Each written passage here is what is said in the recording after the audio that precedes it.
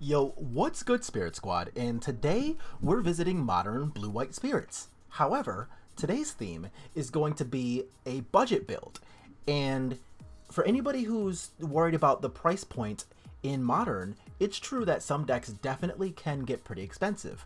There's the four-color Uro decks, there's Jund, and there's a bunch of other lists that can get well over $1,000 in modern, which that's a lot of money, especially in a time period where a lot of people are simply unemployed or hurting for money or whatever the scenario may be.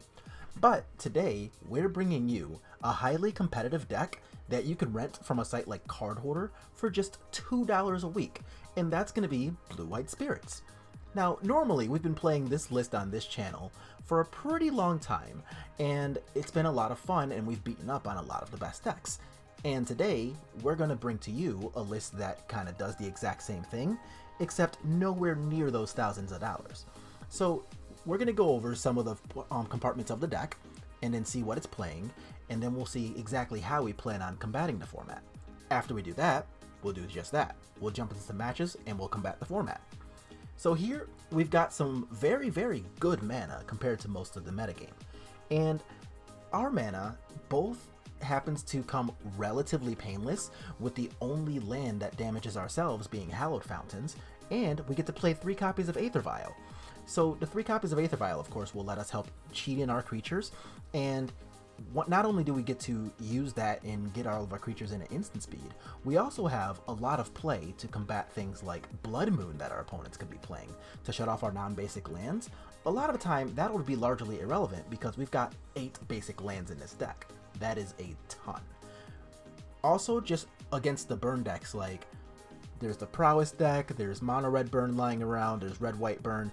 All of those things are going to be really sad at the fact that they actually have to do extra work to kill us, because a lot of the other decks in the format are using cards like fetch lands, like multiple shock lands, and they're doing damage to themselves. We're not really doing that, so they actually have to do the full 20 points to us more often than not. That's going to take a real live toll on them when they're trying to do anything and we're trying to kill them at the same time. Also, we've got some of the best tempo type creatures available to the format.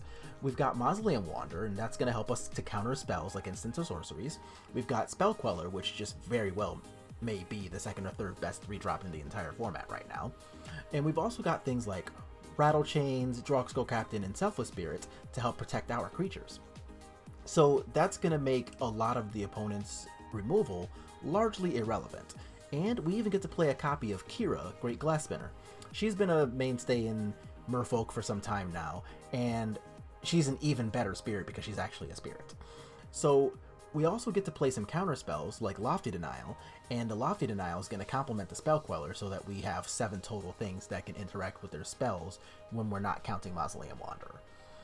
We also get some of the best removal available to the game. We get to play 4 copies of Path to Exile, and we also get to play 3 copies of Shacklegeist to tap down any large problematic creatures like, say, Death Shadow, Tarmogoyf, Scourge of the Skyclave, and it's really good that all 3 of those are sometimes in the same deck because we have a lot of great tools to beat them.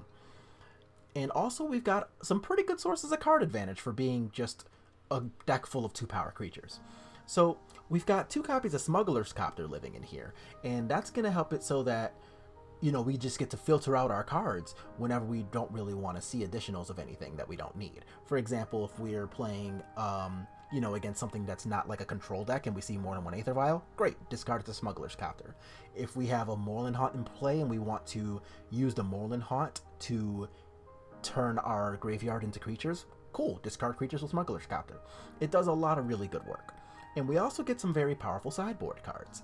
In our sideboard, we've got 3 copies of Soul Guide Lantern, and that's going to be really good against the Oops All Spells deck, and against any other random graveyard variants, like Uro Piles and stuff like that too. So, we're specifically choosing Soul Guide Lantern instead of cards like Rest in Peace, which cost 2 mana, and might be too slow to fight back against Oops All Spells. We're not playing Relic of Progenitus because that requires you to leave mana open in a deck that just wants to be the one providing the tempo. We don't want to down tempo ourselves as a tempo deck. And we're not playing cards like Nile Spellbomb or anything like that because those things target. So and we don't want to play cards that target against a deck that plays Leyline Sanctity. So Soul Guide Lantern it is. We've got a Celestial Purge, and that's going to help us combat a lot of really good red and green things. I'm sorry, red and black things. Like anything from the Death Shadows deck, anything from the Prowess deck. It's going to help us get rid of cards like Renin 6 and Omnath. The card's really important and does a lot of solid work. We've also got 3 copies of Core Firewalker, and those are going to be great against the Prowess decks, and even better against the dedicated burn decks. We've got a copy of Aether Gust. That's going to be for things like the mono red decks that just attack you with prowess creatures. That's going to be great against Primeval Titan and friends. And another one that dodges specifically Cavern of Souls, so that's going to be something that we really want to keep an eye out for. We've got 3 copies of Aven Mind Sensor, and those are almost solely dedicated for the card Primeval Titan. Primeval Titan is a terrible matchup for this deck, even if we do have a lot of really good other decks matchups in the format. Aven Mind Sensor is going to do some very, very solid work against those decks. We've got 2 copies of Mystical Dispute, and those are going to just provide additional help against any of the control decks that are in the format.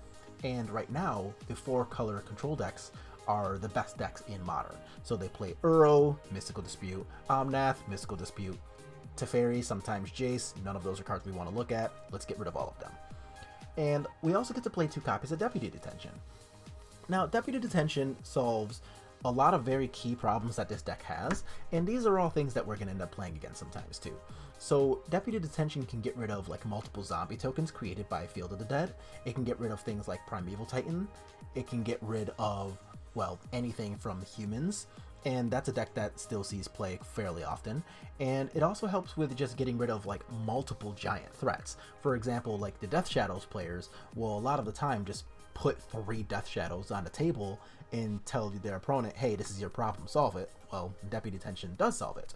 So we've got some very, very powerful sideboard options, and I'm pretty excited to test this deck out and see how it performs. So if you want to go ahead and check out this little graphic right here, and this is going to let us know exactly what the cards are in a deck, how much everything costs on Magic the Gathering Online, at least at this point in time.